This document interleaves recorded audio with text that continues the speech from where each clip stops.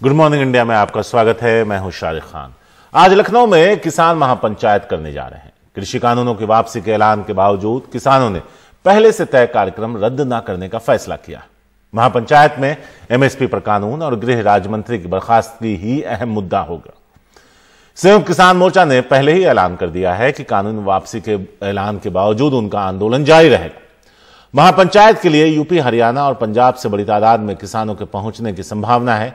कई जगहों से किसान बड़ी तादाद में लखनऊ के लिए निकल चुके हैं।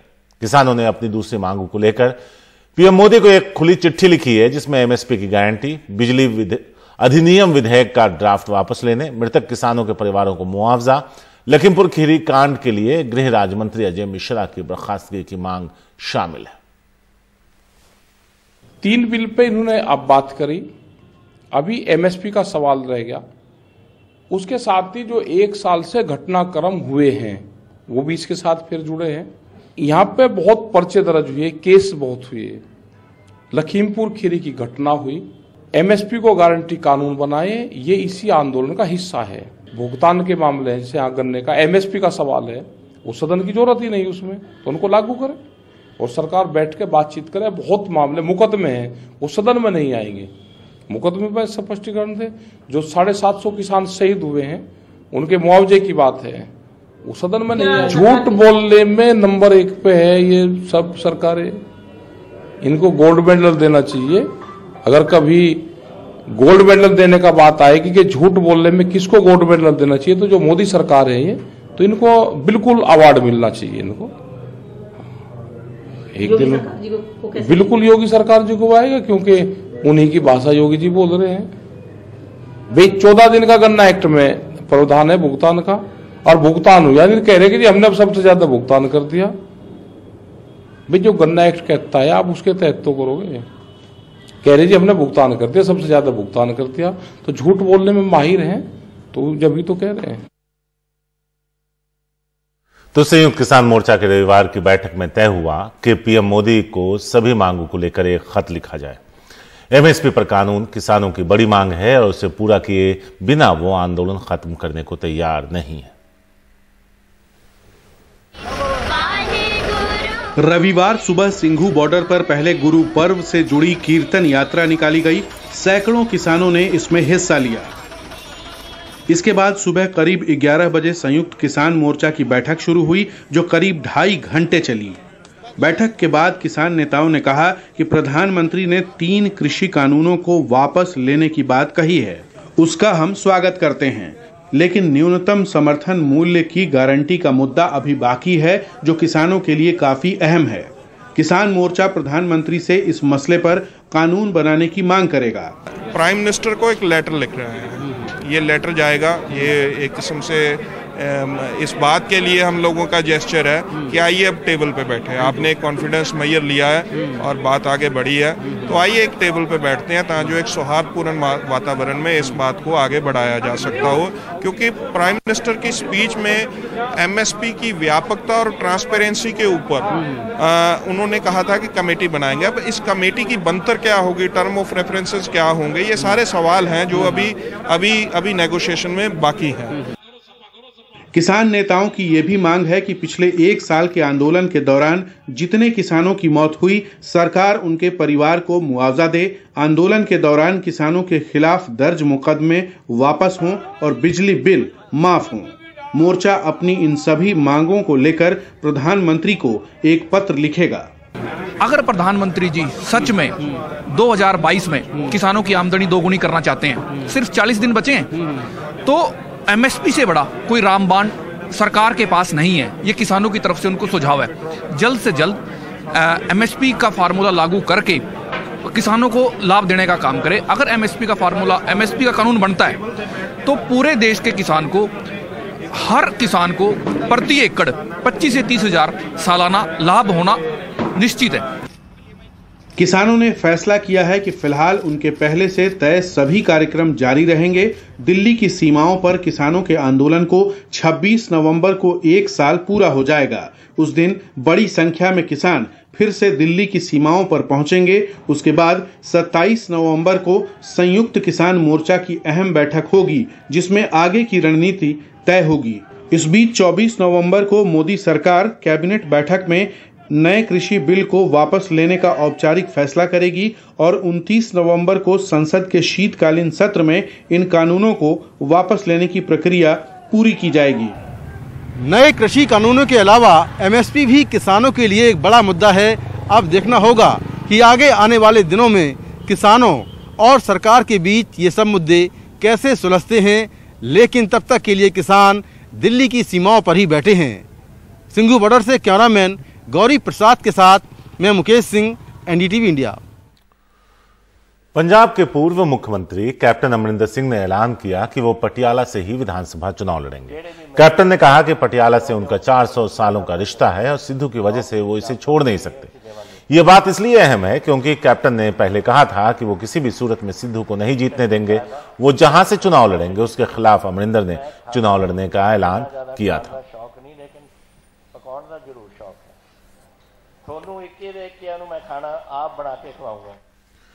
दिल्ली के मुख्यमंत्री अरविंद केजरीवाल आज से 2 दिन के पंजाब दौरे पर हैं। आज दोपहर मोगा में केजरीवाल के एक कार्यक्रम में शामिल होने की खबर है। बताया जा रहा है कि इस कार्यक्रम में वो पंजाब चुनाव से जुड़ी बड़ी घोषणाएं कर सकते हैं। सूत्रों के मुताबिक ये घोषणा आम आदमी पार्टी की अब तक सबसे बड़ी चुनावी घोषणा होगी, जिसे तीसरी गारंटी नाम दिया गया है। पार्टी के सोशल मीडिया पर चल रहे प्रचार के मुताबिक ये घोषणाएं महिलाओं से जुड़ी हो सकती हैं। दूसरी बात, जो भी पैसेंजर आपकी टैक्सी में बैठेगा। पंजाब में दिल्ली के मुख्यमंत्री और आम आदमी पार्टी के राष्ट्रीय संयोजक अरविंद केजरीवाल का 2 दिन का पंजाब दौरा कवर करने। ये दौरा 2 मायने में अहम है। पहला, 3 कृषि कानून रद्द होने की घोषणा के बाद अरविंद केजरीवाल का ये पहला पंजाब दौरा है। और दूसरा, आज मोगा में अरविंद केजरीवाल एक बड़ी घोषणा करने वाले हैं। बताया जा रहा है कि आम आदमी पार्टी सूत्र ये बता रहे हैं कि पंजाब चुनाव के लिए ये अब तक की सबसे बड़ी घोषणा अरविंद केजरीवाल की तरफ से होगी और इसको केजरीवाल की तीसरी गारंटी नाम दिया गया है। और जो आम आदमी पार्टी के सोशल मीडिया हैंडल्स हैं उससे ये पता चला है कि ये महिलाओं के लिए घोषणा होने वाली है। तो महिलाओं के लिए एक बड़ी चुनावी घोषणा मुख्यमंत्री दिल्ली के और आम आदमी पार्टी के राष्ट्रीय संयोजक अरविंद केजरीवाल करेंगे। आपको याद होगा कि आम आदमी पार्टी अभी तक पंजाब के लिए 2 बड़ी घोषणा कर चुकी है, जिसको केजरीवाल की गारंटी नाम दिया गया है। पहला बिजली को लेकर थी, जिसमें कहा गया था कि आम आदमी पार्टी अगर सत्ता में आई तो 300 यूनिट बिजली फ्री देगी, किसानों को फ्री बिजली मिलेगी। दूसरी जो केजरीवाल की गारंटी थी या दूसरी जो आम आदमी पार्टी की चुनावी घोषणा थी वो ये थी कि अगर वो सत्ता में आए तो पंजाब के हर व्यक्ति को मुफ्त इलाज मिलेगा, अच्छा इलाज मिलेगा। और स्वास्थ्य को लेकर उन्होंने बहुत सारी घोषणा की थी। उसके बाद अब तीसरी गारंटी, केजरीवाल की तीसरी गारंटी या आम आदमी पार्टी का तीसरा बड़ा चुनावी वादा अरविंद केजरीवाल आज अनाउंस करेंगे। इसके अलावा जो अरविंद केजरीवाल का पंजाब दौरा है उसमें आज ही पहले मोगा में ये बड़ी घोषणा होगी। इसके बाद लुधियाना में Arvind Kejriwal auto taxi union जो हैं उनके साथ संवाद करेंगे। उसके बाद कल अमृतसर में अरविंद केजरीवाल होंगे, वहाँ पर एक प्रेस कॉन्फ्रेंस करेंगे और वहाँ के व्यापारियों और उद्योगपतियों के साथ वो संवाद करेंगे। लेकिन कुल मिलाकर जो बड़ी घोषणा है वो आज होनी है, मोगा में होनी है और ये महिलाओं के लिए होने वाली है। और जैसा कि मैंने बताया कि संकेत ये मिल रहे हैं आम आदमी पार्टी की तरफ से कि ये जो घोषणा होगी ये उनकी इस चुनाव के लिए अब तक की सबसे बड़ी घोषणा होगी। पंजाब के रास्ते से अपने सहयोगी कैमरा पर्सन अश्विनी मेहरा के साथ मैं शरद शर्मा, एनडीटीवी इंडिया। पश्चिम बंगाल की मुख्यमंत्री ममता बनर्जी दिल्ली दौरे पर हैं। माना जा रहा है कि वो पीएम मोदी से भी मुलाकात कर सकती हैं। खासतौर पर बीएसएफ को ज्यादा अधिकार दिए जाने और बंगाल की योजनाओं में फंडिंग के सिलसिले में वो अपनी बात पीएम के सामने रख सकती हैं। इसके अलावा दिल्ली में कई विपक्षी नेताओं के साथ भी बैठक करेंगी। माना जा रहा है कि शीत सत्र में सरकार को घेरने के लिए वो विपक्षी नेताओं के साथ रणनीति तैयार करेंगी।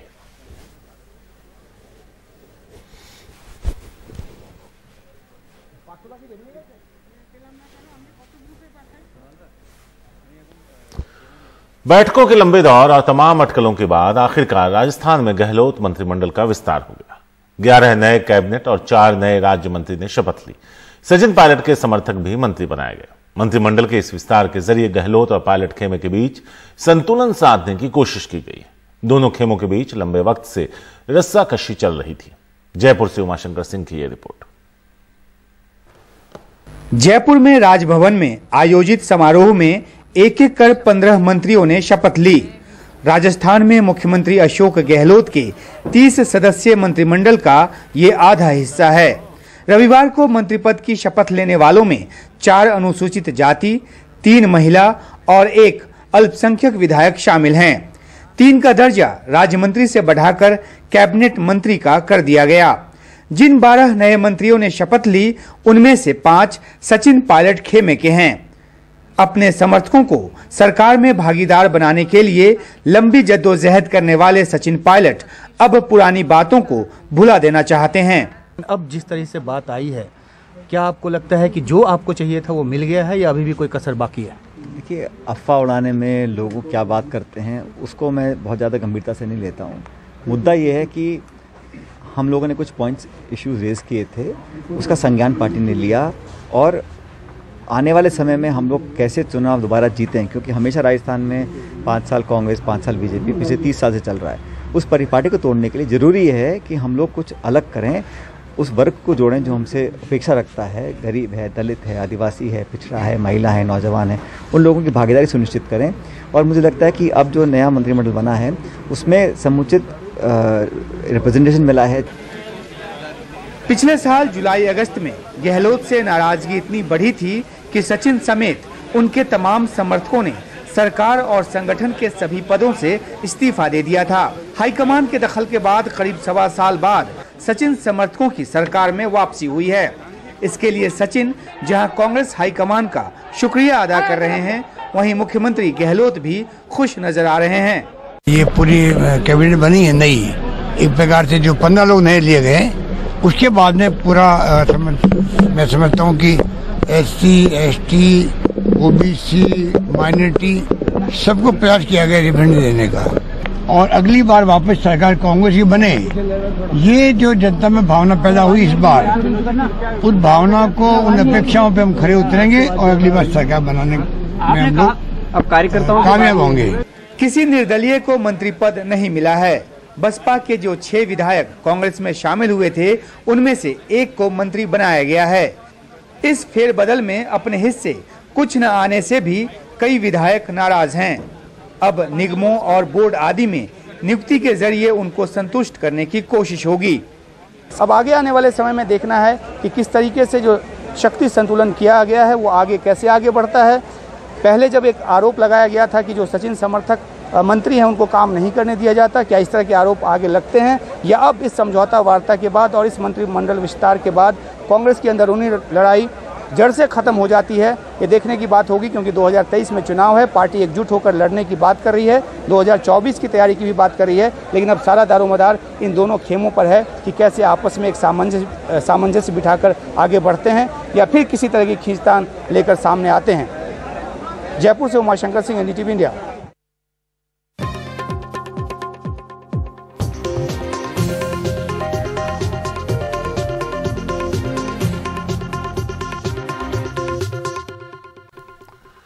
मुंबई के पवई इलाके में पिछले 9 हफ्तों से हर रविवार को युवा अलग अलग तरह से पवई तालाब को बचाने के लिए प्रदर्शन कर रहे हैं। BMC पवई तालाब में साइकिलिंग ट्रैक बनाना चाहती है, जिस पर अब बॉम्बे हाईकोर्ट ने 31 जनवरी तक रोक लगा दी है। तस्वीरों और अलग अलग कार्यक्रमों के जरिए मुंबई की पवई झील के प्रति जागरूक करने की कोशिश। पर्यावरण प्रेमी इस तरह लोगों के बीच पवई तालाब बचाने की मुहिम चला रहे हैं। दरअसल BMC आरे जंगल के पास पवई तालाब के एक हिस्से पर साइकिलिंग ट्रैक बनाना चाहती है, लेकिन पर्यावरण के जानकारों का कहना है कि इस निर्माण का असर तालाब में रहने वाले मगरमच्छों समेत अन्य जीव जंतुओं पर सीधा पड़ेगा। यहाँ पे SGNP दिखाने की कोशिश है हमारी। वो साइड जो ब्लू है वो है हमारा विहार लेक, और ये है बीच में साइकिल ट्रैक। जैसे दिखाया है वैसे ही बीचों बीच बना रहे हैं ये लोग। साइकिल ट्रैक लोगों ने कहा है, जो मुंबई के साइकिलिस्ट्स हैं, उन्हें साइकिल ट्रैक ऐसे जगह पे चाहिए जहाँ पे हम घर से ऑफिस, ऑफिस से घर, स्कूल, इन सब जगह पे जाना चाहिए। तो ये ट्राई कर रहे हैं कि ये 2 जगह के बीच में बनाएंगे, तो जो क्रोकोडाइल्स माइग्रेट कर रहे हैं उन्हें बहुत इशू होगा। पिछले 9 हफ्ते से हर रविवार ये पर्यावरण प्रेमी पवई तालाब को बचाने के लिए प्रदर्शन कर रहे हैं। शादी समारोहों में इसके संदेश देने के साथ ही पवई के पास भी प्रदर्शन लगातार जारी है। सैकड़ों लोगों के दस्तखतों के साथ मुख्यमंत्री कार्यालय और पर्यावरण मंत्रालय को पत्र भी भेजे गए, लेकिन उन्हें स्वीकार नहीं किया गया। ये लेटर्स जो है हमारे जो यूथ है उन्होंने कुरियर किया था, रजिस्ट्री पोस्ट में एक्चुअली भेजा था मिनिस्ट्री को, तो सीएमओ के ऑफिस से भी रिटर्न आया है, प्रिंसिपल सेक्रेटरी एनवायरनमेंट के ऑफिस से एंड एनवायरनमेंट मिनिस्टर के ऑफिस से भी रिटर्न आया है। और इससे पता चल रहा है कि कहीं पे तो है कि एक्सेप्ट नहीं करना है या सुनना नहीं है, ऐसा एक एटीट्यूड दिखाई दे रहा है, क्योंकि आज 9 हफ्ते से प्रोटेस्ट चल रहा है। पवई को बचाने के लिए IIT बॉम्बे के 2 छात्रों ने बॉम्बे हाईकोर्ट का दरवाजा भी खटखटाया। कोर्ट में BMC की ओर से कहा गया कि इसका पर्यावरण पर कोई असर नहीं होगा। इस बीच अदालत ने 31 जनवरी तक पवई तालाब के आसपास किसी भी प्रकार के निर्माण पर रोक लगा दी है।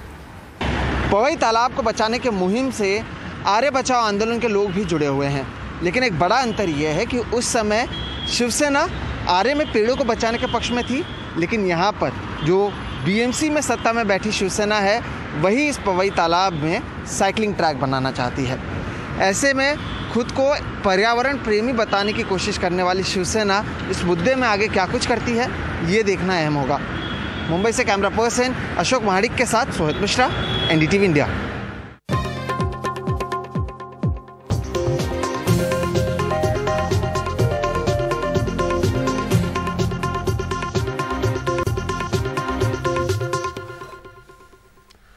अमेरिका में अपने एक शो को लेकर विवादों में घिरे कॉमेडियन वीरदास ने अपना पक्ष लोगों के सामने रखा है। विवाद के बाद पहली बार NDTV से बातचीत में उन्होंने कहा कि व्यंग्य करना कॉमेडियन का काम होता है। उन्होंने कहा कि जिस शो को लेकर कुछ लोग नाराजगी जाहिर कर रहे हैं, उसी शो के लिए उन्हें लाखों लोगों से प्यार भी मिला है, और जिन्हें मेरे शो से आपत्ति है उन्हें मेरा पूरा वीडियो देखना चाहिए। Hello and welcome to NDTV. I'm Rohit Khilnani. This is an interview you cannot miss. Veerdas, good to see you in New York. It's good to be here for the Emmys. Big congratulations for the International Emmy nomination. Thank you. Very well deserved, and you continue to make us proud. Thank you. Thank you. Veer, if I scan through social media in India, you seem to be the most wanted person. For jokes. I guess, yeah. I don't know if that's true or if that's not. Right. You know. You got a lot of feedback for your for the show that you did at the Kennedy Center. Yes. It's an epic place where you gave a momentous performance, and a lot of people. What's the kind of feedback that you have received so far? It's as an artist you receive all kinds of feedback, but this has been millions of people from the country and everywhere, just a humbling amount of love. Right. So that is an amazing thing that I didn't expect. Right. And along with love comes hate as well. There's been a lot of that. Now that you see both the sides, is there anything different you would have done? About the performance? Yes. About the things you said? I think laughter is a celebration. And when laughter and applause fill up a room, that's a moment of pride. And I think that any Indian who has a sense of humor or understands satire or watches my entire video knows that that's what happened in that room. Right. You were very, you said watch it in totality and don't watch excerpts, and that's something that, so were you expecting, because if you say these things, if you say lines like, if you mention we run over farmers, and if you mention we gang rape women in India, you would along with the good side, along with the good side and the bad side, and you balanced it through the show. You must be expecting some kind of a reaction. I think a comedian puts out satire, and if it's the good of the country and the bad of the country, ending in the good of the country, I think that's something that you should want to come together in. So I can't expect what will happen when I put out a piece of content. It's it's not in your hands. Yeah, it's not in my hands. But the minute it becomes, there's a complaint filed, there's some Home Minister in Madhya Pradesh said you won't be allowed to perform in Madhya Pradesh. What do you have to say to them? I'll have to cross those bridges when we come to those, humbly. Right. So, for the next performance, when you go in, all eyes are going to be on you. Will you this time, because of the kind of feedback there is, are you going to be slightly more careful, or will this change you, this episode? I've made my country laugh for 10 years now. Yeah, you have. I've devoted my life to writing about my country. Right. We're here at the Emmys because I wrote a love letter to my country. Right. As long as I'm able to do comedy, I will keep writing love letters to my country. Right. Great. So on that note, we also want to ask you about Emmys. On one side, there's a complete different reaction. You and I are sitting in New York. Yeah. This also makes India very proud that you to get to the nomination firstly, and if you win, that's even better. How do you see this contrast? On one side, people are saying one thing. Here, people will be on the red carpet taking autographs and pictures. I don't think so much about any of that. I've never expected to be nominated for anything in my entire life. I don't expect to get dinner this evening. Like, that's just who I am. I write jokes in the morning and then I tell them in the evening. And that's it. I don't think about these large things. Right. Veer, what is the way forward for comedians? Like, if you're facing this, maybe there's a young stand-up comic who's watching this interview. What is the way forward? Like this, you have to take one show at a time and life one day at a time. How does one move forward and write jokes? Because this will keep going on. I don't know. I think I just don't know. Write jokes and hope to hell that people watch all of them, the full thing, in its actual context. Right. When you tie up with Netflix for a show, like this time you put your content on YouTube, and last time you tied up with Netflix. How does this work for you? Because on YouTube you can, I feel, please correct me, you can put out your own content, but there will be, is there some censorship when it comes to platforms? I'm not aware of any censorship across any of them. Okay, you've never been told to tone down the joke? No, these are jokes. People enjoy jokes. They love jokes. People love to laugh.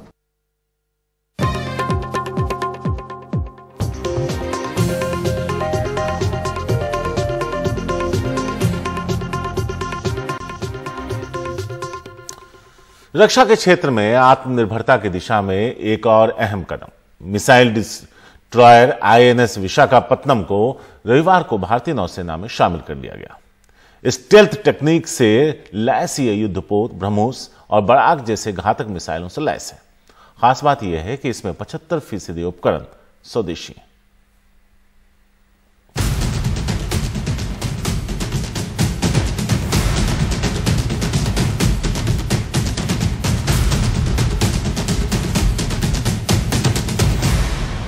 भारतीय नौसेना का सबसे आधुनिक missile विध्वंसक INS Visakhapatnam एक ऐसा missile destroyer जो Barack और ब्रह्मोस जैसी घातक मिसाइलों से लैस है। ये मिसाइलें सतह से सतह और सतह से हवा में किसी भी टारगेट को बर्बाद कर सकती है।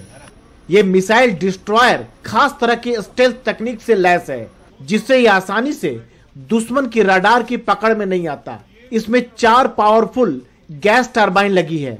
56 किलोमीटर प्रति घंटा की रफ्तार से जब ये हिंद महासागर में चलेगा तो इसका दमखम देखते ही बनेगा।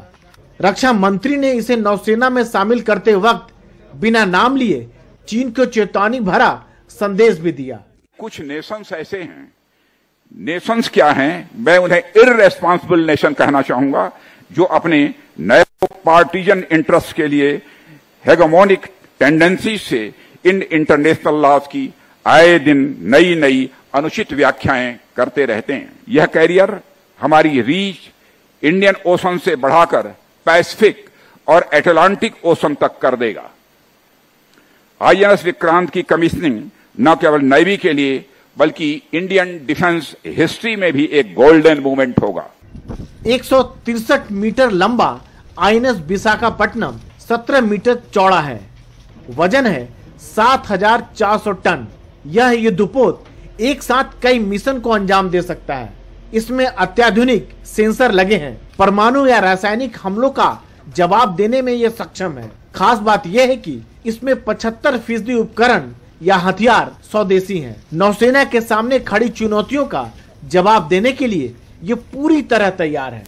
हमने काफ़ी कुछ प्रूव किया है। जो हमारा ऑन बोर्ड प्रोपल्शन है, ऑन बोर्ड ऑक्सिलरी सिस्टम्स हैं, हमारे गन्स, हमारे सेंसर्स, रेडार्स जो आपको ऊपर दिखते हैं, प्रोग्रेसिवली हमने इन सभी को प्रूव किया है। INS विशाखापट्टनम एक स्टेल्थ गाइडेड मिसाइल डिस्ट्रॉयर है जो विशाखापट्टनम क्लास का पहला जहाज है। अगर हम इस जहाज की कोलकाता क्लास जहाज से तुलना करें तो ना सिर्फ रेडार से छुपने का जो क्षमता है उसमें बढ़ोतरी हुई है, बल्कि जो जहाज के मारक क्षमता है उसमें भी कई हद तक बढ़ोतरी हुई है। नौसेना के प्रोजेक्ट 15B के तहत इस युद्धपोत को मुंबई के मझगांव डॉकयार्ड में बनाया गया है। ऐसे 3 और युद्धपोत अभी नौसेना में शामिल होने वाले हैं, जिससे नौसेना की ताकत में काफी इजाफा होगा। मुंबई से सौरभ गुप्ता के साथ नई दिल्ली में राजीव रंजन, NDTV इंडिया।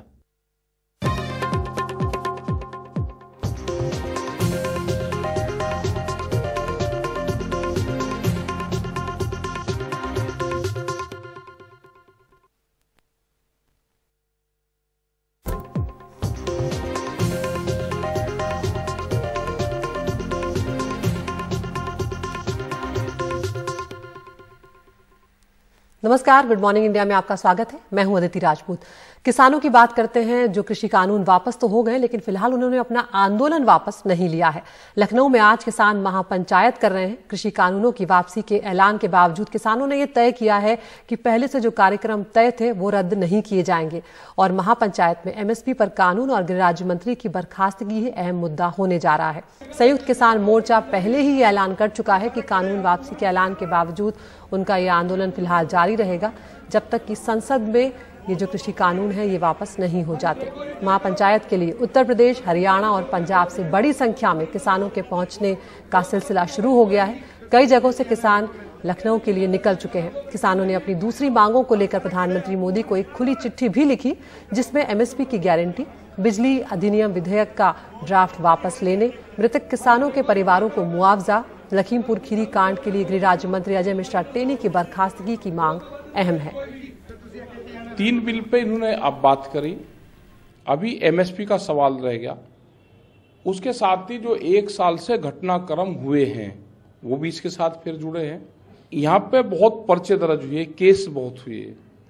लखीमपुर खीरी की घटना हुई, MSP को गारंटी कानून बनाए, ये इसी आंदोलन का हिस्सा है। भुगतान के मामले हैं, जैसे यहाँ गन्ने का MSP का सवाल है, वो सदन की जरूरत ही नहीं उसमें, तो उनको लागू करें और सरकार बैठ के बातचीत करे। बहुत मामले मुकदमे हैं, वो सदन में नहीं आएंगे। मुकदमे पर स्पष्टीकरण दे। जो 750 किसान शहीद हुए हैं उनके मुआवजे की बात है, वो सदन में नहीं आएंगे। झूठ बोलने में नंबर 1 पे है ये सब सरकारें। इनको गोल्ड मेडल देना चाहिए। अगर कभी गोल्ड मेडल देने का बात आएगी कि झूठ बोलने में किसको गोल्ड मेडल देना चाहिए, तो जो मोदी सरकार है ये, तो इनको बिल्कुल अवार्ड मिलना चाहिए। इनको एक दिन बिल्कुल योगी सरकार जी को आएगा, क्योंकि उन्हीं की भाषा योगी जी बोल रहे हैं। भाई 14 दिन का गन्ना एक्ट में प्रावधान है भुगतान का, और भुगतान हुआ, यानी कह रहे कि जी हमने अब सबसे ज्यादा भुगतान कर दिया। भाई जो गन्ना एक्ट कहता है आप उसके तहत तो करोगे। कह रहे जी हमने भुगतान कर दिया, सबसे ज्यादा भुगतान कर दिया, तो झूठ बोलने में माहिर हैं, तो जब भी तो कह रहे हैं। तो उत्तर प्रदेश के चुनाव काफी दिलचस्प होते जा रहे हैं और पंजाब चुनाव की बात करते हैं, जहां पर आम आदमी पार्टी अब काफी जोर अपना आजमा रही है। दिल्ली के मुख्यमंत्री अरविंद केजरीवाल आज से 2 दिनों के पंजाब दौरे पर हैं और आज मोगा में केजरीवाल एक कार्यक्रम में शामिल होने जा रहे हैं।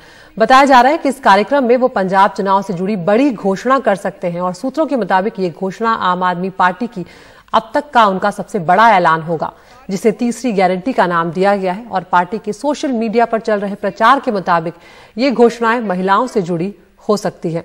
हमारे सहयोगी शरद शर्मा इस बारे में ज्यादा जानकारी दे रहे हैं, वो आपको सुनवाते हैं। पंजाब में दिल्ली के मुख्यमंत्री और आम आदमी पार्टी के राष्ट्रीय संयोजक अरविंद केजरीवाल का 2 दिन का पंजाब दौरा कवर करने। ये दौरा 2 मायने में अहम है। पहला, 3 कृषि कानून रद्द होने की घोषणा के बाद अरविंद केजरीवाल का ये पहला पंजाब दौरा है, और दूसरा, आज मोगा में अरविंद केजरीवाल एक बड़ी घोषणा करने वाले हैं।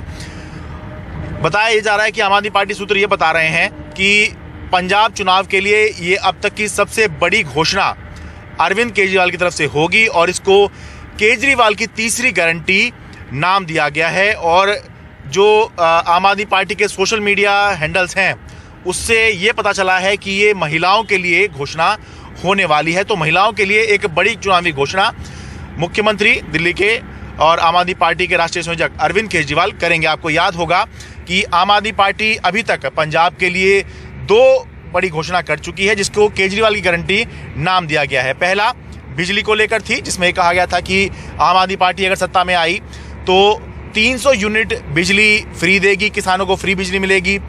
दूसरी जो केजरीवाल की गारंटी थी या दूसरी जो आम आदमी पार्टी की चुनावी घोषणा थी वो ये थी कि अगर वो सत्ता में आए तो पंजाब के हर व्यक्ति को मुफ्त इलाज मिलेगा, अच्छा इलाज मिलेगा और स्वास्थ्य को लेकर उन्होंने बहुत सारी घोषणा की थी। उसके बाद अब तीसरी गारंटी, केजरीवाल की तीसरी गारंटी या आम आदमी पार्टी का तीसरा बड़ा चुनावी वादा अरविंद केजरीवाल आज अनाउंस करेंगे। इसके अलावा जो अरविंद केजरीवाल का पंजाब दौरा है उसमें आज ही पहले मोगा में ये बड़ी घोषणा होगी, इसके बाद लुधियाना में Arvind Kejriwal auto taxi union जो हैं उनके साथ संवाद करेंगे। उसके बाद कल अमृतसर में अरविंद केजरीवाल होंगे, वहाँ पर एक प्रेस कॉन्फ्रेंस करेंगे और वहाँ के व्यापारियों और उद्योगपतियों के साथ वो संवाद करेंगे। लेकिन कुल मिलाकर जो बड़ी घोषणा है वो आज होनी है, मोगा में होनी है और ये महिलाओं के लिए होने वाली है। और जैसा कि मैंने बताया कि संकेत ये मिल रहे हैं आम आदमी पार्टी की तरफ से कि ये जो घोषणा होगी ये उनकी इस चुनाव के लिए अब तक की सबसे बड़ी घोषणा होगी। पंजाब के रास्ते से अपने सहयोगी कैमरा पर्सन अश्विनी मेहरा के साथ मैं शरद शर्मा, एनडीटीवी इंडिया। तो इंतजार रहेगा कि आज दिल्ली के मुख्यमंत्री अरविंद केजरीवाल मोगा में सबसे बड़ा चुनावी ऐलान जो करने जा रहे हैं वो क्या होगा। उधर पंजाब के पूर्व मुख्यमंत्री कैप्टन अमरिंदर सिंह ने भी ऐलान कर दिया है कि वो पटियाला से ही विधानसभा का चुनाव लड़ेंगे। उन्होंने कहा कि पटियाला से उनका 400 सालों का रिश्ता है और सिद्धू की वजह से वो इसे छोड़ नहीं सकते। ये बात इसलिए भी अहम है क्योंकि कैप्टन अमरिंदर सिंह ने पहले कहा था कि वो किसी भी सूरत में नवजोत सिंह सिद्धू को जीतने नहीं देंगे।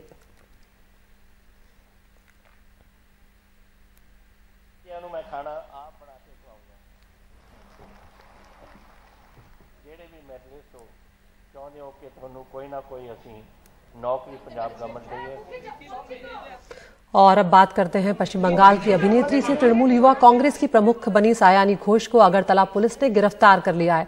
सायानी घोष पर एक जनसभा में बीजेपी कार्यकर्ताओं को कथित तौर पर कुचलने की कोशिश का आरोप है। पुलिस का कहना है कि सायानी ने पहली नजर में जो सबूत मिले हैं उसी आधार पर उन्हें गिरफ्तार किया गया है और पूर्वी अगरतला के महिला थाना में उन्हें समन भी भेजा गया। गिरफ्तारी के बाद सायानी के समर्थन में थाने के बाहर टीएमसी के कई कार्यकर्ता जमा हो गए, जहां बीजेपी के कार्यकर्ताओं के साथ उनकी झड़प भी हुई। त्रिपुरा के तृणमूल कांग्रेस स्टीयरिंग कमेटी के प्रमुख सुबाल भौमिक के घर पर कई लोगों ने हमला किया, जिसमें कई लोग घायल हुए हैं और इस हमले के बाद त्रिपुरा पुलिस और स्टेट राइफल्स के जवान पूरे इलाके में तैनात किए गए हैं और ये मामला अब दिल्ली तक पहुंच गया है। टीएमसी सांसदों ने त्रिपुरा में उनके लोगों पर हो रहे हमले और सरकारी मशीनरी के बेजा इस्तेमाल को लेकर गृह मंत्री अमित शाह से मिलने का वक्त मांगा है। পুলিশ নিয়ে এসে যদি তারপর এই অবস্থা হয়, লজ্জা লাগা দরকার এই গণতন্ত্রের অবস্থা যে পুলিশ স্টেশনে সেরকম ভাবে মুখে পেটি দিয়ে মাথায় হেলমেট পরে খাটারি নিয়ে মারছে। Allegations is that कि she is trying to promote enmity between people। तो 153 है तो आप जानते ही हो, तो ये promoting enmity between group of people और इसको attempt to murder के लिए वो 307 के लिए भी एविडेंस उसमें प्रिलिमिनरी एविडेंस मिला हुआ है, इसलिए हम लोग इसको अरेस्ट करके कल कोर्ट में प्रोड्यूस करेंगे। FIR लॉन्च किया है हम लोग, जो इसमें जैसे लोग आइडेंटिफाई हो जाएंगे इसमें भी अरेस्ट होंगे। I believe there are 2 people who are injured, तो वो उसके खिलाफ जो लोग इंजर्ड है तो वो सब भी इसमें FIR कॉपी में आ जाएगा, उसके खिलाफ हम लोग action. purposely been produced or keeper at night. It is intimidation tactics. It is trying to scare us and threaten us indirectly to abuse of police power. But we are not going to fall back. The BJP is stronger than people of this state. No, people will speak their mind. BJP is losing ground and that's the reason that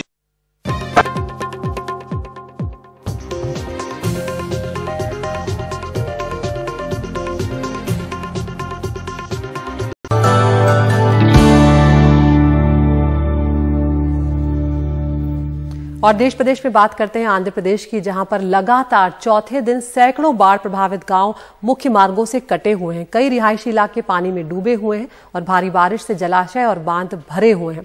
अब नई मुसीबतें भी सामने आने लगी हैं। रायालू चेरुवु यहाँ का सबसे बड़ा जलाशय है, तिरुपति से महज 10 किलोमीटर दूर है और इसमें दरार की खबरें हैं।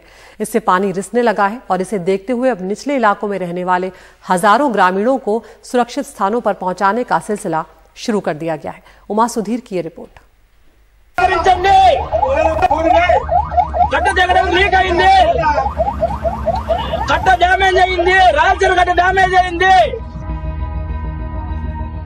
तिरुपति के करीब कई गांवों में ऐसे आपात हालात बने हुए हैं। करीब के रायल चेरुवु बांध से पानी रिसने के कारण प्रशासन अलर्ट हो गया है।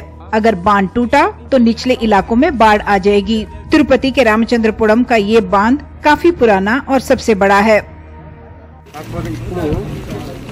बांध में 0.9 टीएमसी पानी है। बांध से पानी ओवरफ्लो हो रहा है। हमें सावधान रहना होगा क्योंकि पहले कभी इस जलाशय में इतना पानी नहीं भरा और इसे इतने पानी के लिए नहीं बनाया गया था। इसलिए निचले इलाकों में रहने वाले लोगों को प्रशासन ने घर गांव छोड़कर सुरक्षित इलाकों में जाने को कह दिया है। जिला प्रशासन, पुलिस, राजस्व और सिंचाई विभाग के अधिकारी लगातार हालात का जायजा ले रहे हैं और लोगों को सुरक्षित जगहों पर पहुंचाने में जुटे हैं।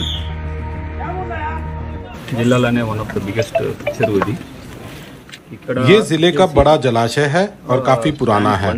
इससे छोटा सा रिसाव हो रहा है। हम कोई खतरा नहीं उठाना चाहते, इसलिए ग्रामीणों को सुरक्षित इलाकों में जाने के लिए कहा गया है।